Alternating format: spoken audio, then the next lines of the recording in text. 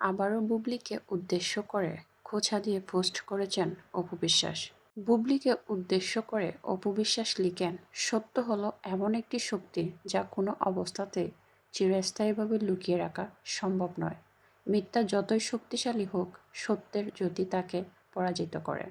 তাপসকে ঘিরে বুবলিকে নিয়ে আবারও যে মিথ্যে নিউজ ছড়ানো হচ্ছে, সেটির উদ্দেশ্যেই মূলত অপু বিশ্বাস এমন পোস্ট করেন, যেটির উদ্দেশ্য হচ্ছে বুবলি এবং তাপসকে ঘিরে যে রিউমার ছড়ানো হয়েছে সেটি যেন সত্যি প্রমাণ হয়। কারণ তাপস বুবলির ইস্যুতে প্রথম যে মানুষটি ফাঁস করেছিলেন তাপস বুবলির গোপন সম্পর্কের কথা, সে মানুষটির কেন্দ্রবিন্দুই হচ্ছেন অপু বিশ্বাস।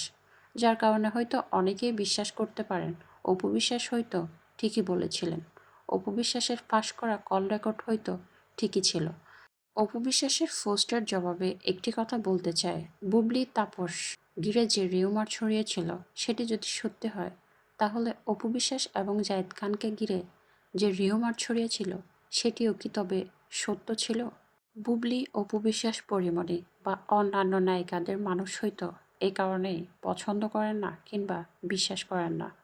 কারণ তারা একে অন্যের বিরুদ্ধে যেভাবে কাদা ছোড়াছুড়ি করে, তাতে আমরা সাধারণ মানুষরা নায়িকা মানেই বুঝি নায়িকা মানেই খারাপ, নায়িকা মানে ভালো চরিত্রের নয়। আর এসবের জন্য হয়তো তারা নিজেরাই দোষী। অপু বিশ্বাস কিংবা বুবলির এই দ্বন্দ্ব আজীবন চলমান থাকবে। তারা যতদিন এই পৃথিবীতে বেঁচে থাকবেন তাদের এই দ্বন্দ্ব চলমান থাকবে। একে অন্যের প্রতি কাদা ছোড়াছুড়ি, মিথ্যাকে সত্য বানানো, সত্যকে মিথ্যা বানানো যেন এদের একে অন্যের প্রতি চলমান থাকবে আজীবন। একমাত্র শাকিব খানই পারেন এই দুজনকে থামাতে।